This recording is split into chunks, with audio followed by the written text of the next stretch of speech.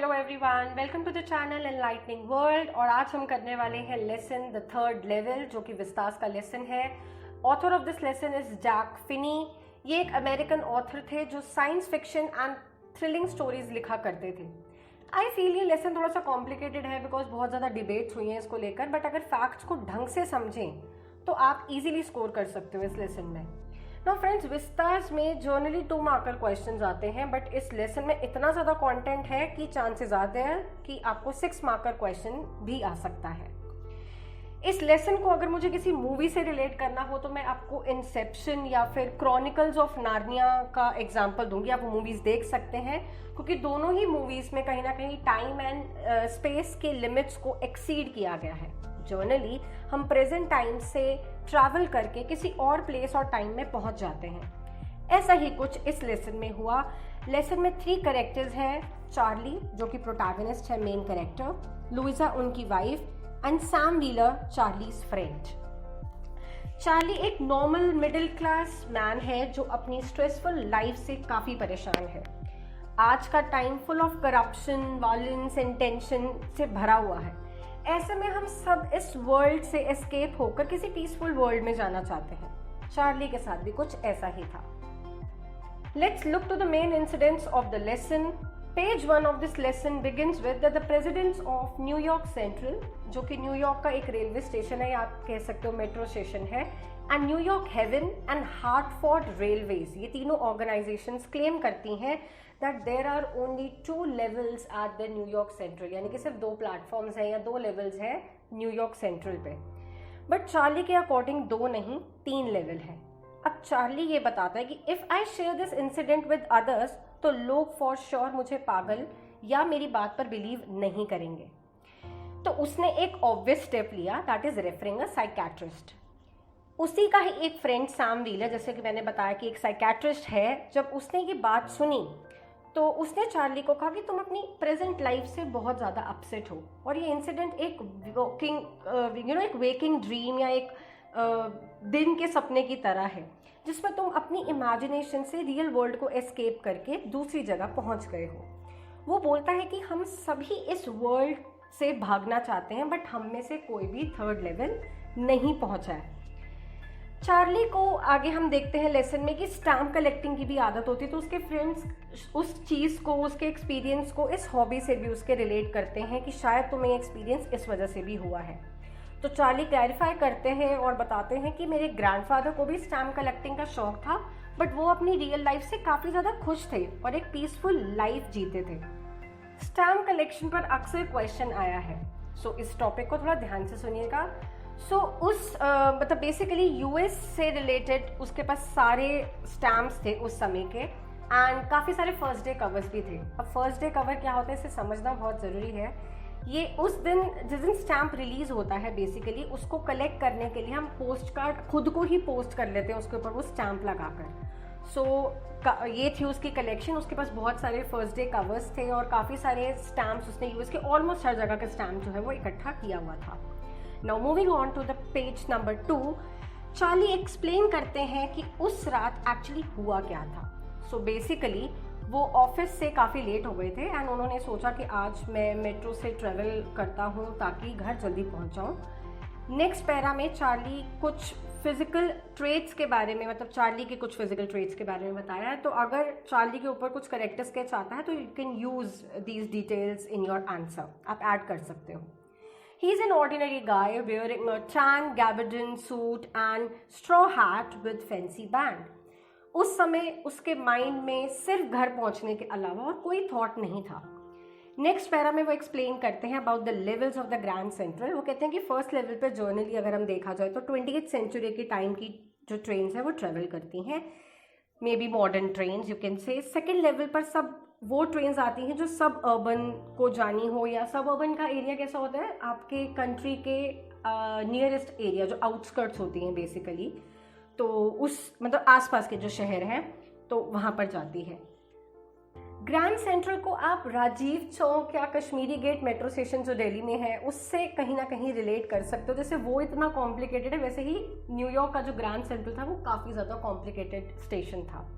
काफ़ी बड़े बड़े गेट्स हैं, इंसान अक्सर अपना वे भूल जाता है। And same thing grand central के साथ थी। चार्ली बताता है कि इससे पहले भी वो कई बार उस प्लेस पर खोया है, मतलब वो किसी और गेट में एंटर किया और कहीं और पहुंच गया हो, तो ऐसा बहुत बार हुआ है कि वो रास्ता भूल गया हो। चार्ली ग्रैंड सेंट्रल को एक ट्री से कंपेयर करता है और बोलता है कि जैसे ट्री की ब्रांचेस ग्रो करती रहती है, वैसे ही ग्रैंड सेंट्रल के जो स्टेयर केसेस हैं या जो रास्ते हैं वो भी काफ़ी ज़्यादा ट्री की तरह ग्रो करते रहते हैं और न्यू जो वेज है वो हमेशा उसको देखने को मिलते हैं। कभी कोई रास्ता आ गया, कभी कुछ कहीं सबवेज आ रहे हैं, तो उसको एक ट्री की तरह कंपेयर करता है। Moving on to the next page 3, Charlie ऐसे ही एक कॉरिडोर में एंटर करते हैं, जो जिस तरह से वो बता रहे थे कि कोई नया कॉरिडोर हमेशा आ जाता है, तो इसी तरह से कॉरिडोर में वो एंटर करते हैं जो स्लाइटली डाउनवर्ड नीचे जाकर था एंड एक्सट्रीम लेफ्ट साइड पर था। सडनली वो एक ओपन स्पेस में पहुंच जाते हैं जहाँ के लोग काफ़ी अलग दिख रहे होते हैं, लाइक पुराने ज़माने के लोग। ये था थर्ड लेवल या सेकेंड लेवल के कंपैरिजन में अगर देखा जाए, जब वो कंपेयर कर रहा है चार्ली वहाँ पे पहुंचकर, तो सेकेंड लेवल के कंपैरिजन में अगर देखा जाए तो बहुत ही कम टिकट विंडोज़ थी और वहाँ के जो रूम्स थे, इंक्वायरी रूम्स जहाँ पे हम इंक्वायरी करते हैं कि कौन सी ट्रेन कब आएगी, वो भी काफ़ी छोटे थे और काफ़ी ओल्ड लुकिंग थे। चार्ली जो भी देखता है उसने उसे काफ़ी डिटेल में एक्सप्लेन किया है, सो ये प्रूफ है कि वो अपने साथ रियलिटी को होल्ड करके चल रहा है ताकि लोग उसे पागल ना समझें कि उसने ये चीज़ सिर्फ इमेजिन करी है। इसलिए वो हर एक चीज़ को इतनी डिटेल में एक्सप्लेन कर रहा है। May be you can say that वो उस समय उधर पहुँच कर भी अपने आप को अब जो उसका प्रेजेंट वर्ल्ड है उससे वो अपना कनेक्शन खो नहीं रहा है। उसको पता है कि आज मेरा टाइम ऐसा और ये मैं किसी और टाइम में पहुँच गया हूँ। तो बेसिकली ये सब उसके माइंड में चल रहा होता है। उसे पता है कि ये उसकी इमेजिनेशन तो नहीं है, वो एक्चुअली में वहाँ पर प्रेजेंट है। मूविंग ऑन टू पेज 4, वहाँ जो लाइट्स थी वो भी ओल्ड गैस लैम्प्स की तरह थी और फ्लिकर कर रही थी। फ्लिकर मतलब जल बुझ रही थी। फ्लोर पर ब्रास स्पिटॉन्स थे एंड जिस तरह से लोग ड्रेसअप थे वो काफ़ी ओल्ड फैशन स्टाइल था, like big mustaches and women wearing dress with mutton sleeves, high button shoes। even जो ट्रेन्स थी ना वो भी बहुत ओल्ड टाइम्स वाली थी, मतलब पुराने ज़माने की दिखने वाली। अपने आप को और श्योर करने के लिए चार्ली एक लड़के के पास जाता है जो न्यूज़पेपर सेलर होता है and he was shocked to see as उस पर लिखा था, उस न्यूज़पेपर पर लिखा था द वर्ल्ड, जो प्रेजेंट टाइम में बंद हो चुका है, वो पब्लिकेशन अब आती ही नहीं है। तो चार्ली को यकीन हो गया कि वो पास्ट टाइम में ट्रेवल कर चुका है और उस न्यूज़पेपर पे जो डेट थी वो थी 11th जून 1894। एज वो टिकट काउंटर पर 2 टिकट्स लेने जाता है तो ये सोच कर कि वो अपनी वाइफ लुइजा के साथ कभी भी ट्रैवल कर सकता है और कहीं पर भी जा सकता है, तो उसके माइंड में सबसे पहले एक जगह आई, दैट इज़ गेल्सबर्ग इलिनॉइस का थॉट आया। एंड वो ये भी बताता है that it's a very beautiful town with huge lawns, काफ़ी पीसफुल जगह है जहाँ पे लोग एक दूसरे की कंपनी को एंजॉय करते हैं। 1894 इसीलिए भी एक अच्छा टाइम है क्योंकि अगर आप नोटिस करो हिस्ट्री को, तो जो दोनों वर्ल्ड वॉर्स थे हमारे वो इस टाइम के बाद हुए थे। सो जो उस समय का टाइम था totally free of corruption, destruction नहीं था, किसी तरह का वायलेंस नहीं था, लोग एक दूसरे की कंपनी को एंजॉय करते थे। तो ये लाइफ भी उसने कहीं ना कहीं सुनी थी या जानी थी, तो इसलिए उसके माइंड में आया एक जगह का नाम, दैट इज गेल्सबर्ग इलिनॉइस, और उसको पता था कि ये जगह बहुत ही ज़्यादा ब्यूटीफुल है। Moving on to the next page, जैसे ही चार्ली टिकट के लिए पैसे देता है तो टिकट क्लर्क उसे वियर्ड लुक देता है ना, बहुत ही अजीब तरह से देखता है और बोलता है कि ये क्या दे रहे हो तुम मुझे और कौन सी करेंसी है ये, मुझे चीट मत करना और सोचना भी मत इस चीज़ के लिए। तो चार्ली को उसी टाइम रियलाइज़ होता है दैट आज की मनी तो 1894 के नोट से काफ़ी डिफरेंट है। चार्ली वहाँ से जाने का डिसाइड करता है एंड 1894 में भी वो सोचता है कि यार इस टाइम पे मुझे कि इस जेल के चक्कर तो नहीं खाने, तो इट्स बेटर कि मैं फटाफट से करेंसी एक्सचेंज करके लाऊं और फिर टिकट्स को खरीद सकूं। नेक्स्ट डे चार्ली बैंक से $300 को एक्सचेंज करवाकर ओल्ड करेंसी लेता है। ऑब्वियसली उसको 300 के 300 तो मिलेंगे नहीं, तो उसको 200 मिले एंड ही न्यू कि 200 भी उस समय 1894 में बहुत ज़्यादा मनी थी और वो आराम से वहाँ पर किसी भी तरह का न्यू बिजनेस ओपन कर सकता है। ऐसा इसलिए बिकॉज उस समय इतनी महंगाई नहीं थी, बट अनफॉर्चुनेटली चार्ली को वो जगह जब वो दोबारा गया वो दोबारा उसे मिली ही नहीं। एंड जब उसकी वाइफ ने उसकी हालत देखी तो उसको देख के काफ़ी परेशान हो गई कि what happen to my husband, इनकी मेंटल कंडीशन को क्या हो गई, किस तरह की बातें कर रहे हैं कि थर्ड लेवल है नॉन स्टाफ। और अगर होता भी तो वो उस जगह पे होना चाहिए था ना, बट चार्ली को तो मिला नहीं। अब चार्ली भी कहीं ना कहीं एक्सेप्ट कर चुका था कि ठीक है, उसने भी वो थर्ड लेवल को ढूंढना बंद कर दिया था और उनकी लाइफ थोड़ी सी नॉर्मल हो गई थी। फिर कुछ ऐसा हुआ जिससे चार्ली और उसकी वाइफ को प्रूफ मिल गया दैट थर्ड लेवल सच में एग्जिस्ट करता है, और ये है turning point of the lesson. हुआ ये, उसका जो फ्रेंड था साइकाट्रिस्ट सैम वीनर, वो काफ़ी दिनों से गायब हो गया था।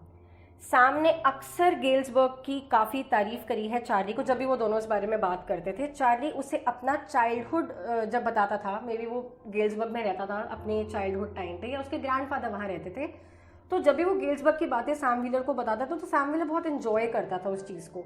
तो यही चीज़ चार्ली यहाँ पर हाईलाइट कर रहा है। एक दिन अपने स्टैम्प कलेक्शन को देखते हुए चार्ली को एक फर्स्ट डे कवर मिला, एंड उस फर्स्ट डे कवर को यहाँ होना भी नहीं चाहिए था, एज उस पर लिखा था ग्रैंडफादर का एड्रेस, वो भी गेल्सबर्ग का। तो ये चार्ली के स्टैम्प्स में क्या कर रहा है? डेट थी जुलाई 1894। एक और शॉकिंग सी चीज़, जैसे ही चार्ली ने उसे ओपन किया तो उसने देखा कि अंदर ब्लैंक कुछ नहीं है। मैंने आपको बताया था कि फर्स्ट डे कवर में हम कुछ लिखते नहीं है, we just post it to ourselves, खुद को भेज देते हैं बस। बट इस पोस्ट कार्ड में उसने देखा कि वो खाली नहीं था, ब्लैंक नहीं था। उसमें एक लेटर था चार्ली के लिए, रिटन बाय सैम। इस लेटर में सैम बताते हैं कि तुम बिल्कुल सही थे, ये जगह एक्चुअली में है। I am at third level this time at this particular moment. मैं 2 हफ्तों से यहाँ हूँ और मैं विश करता हूँ कि तुम और लुइसा भी यहाँ आ जाओ। जब तक थर्ड लेवल ना मिले तुम प्लीज़ इसे ढूंढते रहो, क्योंकि इट्स वर्थ इट। यहाँ पर आना एक्चुअली में वर्थ है, तो तुम ढूंढते रहो, तुम्हें ज़रूर एक दिन मिलेगा। चार्ली को ये भी पता चला है, बाद में पता चलता है जब वो रिकॉर्ड्स देखता है, कि सैम ने बैंक से $800 की ओल्ड करेंसी ली थी, जिसको उसने एक्सचेंज कराया था न्यू करेंसी देकर, और इस इतने पैसों से वो गेल्सबर्ग में अपना कोई सा भी बिजनेस आराम से सेटअप कर सकता था। अब उसे अपने ओल्ड बिजनेस पर वापस नहीं जाना पड़ेगा। और सैम व्हीलर का ओल्ड बिजनेस क्या था? साइकाट्रिस्ट, वो एक साइकाट्रिस्ट थे।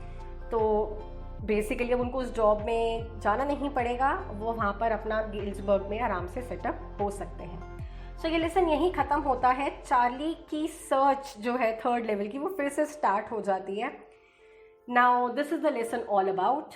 बहुत सारी डिबेट्स हुई हैं इस लेसन के ऊपर कि ऐसा चीज़ ये क्यों नहीं एंड हुआ। कई लोग ये भी कहते हैं कि ये जो स्टैम्प मिला है मे बी ये भी उसी की इमेजिनेशन हो, बट फिलहाल के लिए let's stick to the facts which is there in the lesson. And for themes and question answers kindly go to the description box. इसके अलावा अगर आपको और कुछ भी मैं ऐसा सजेस्ट करूँगी कि इसके अलावा और कुछ भी पढ़ने की नीड नहीं है, सिर्फ उन क्वेश्चन आंसर्स को और इस समरी को अच्छे से सुनकर जाइएगा। चैनल को लाइक एंड सब्सक्राइब करना मत भूलना, और अगर पसंद आए लेसन तो please share it with your friends also.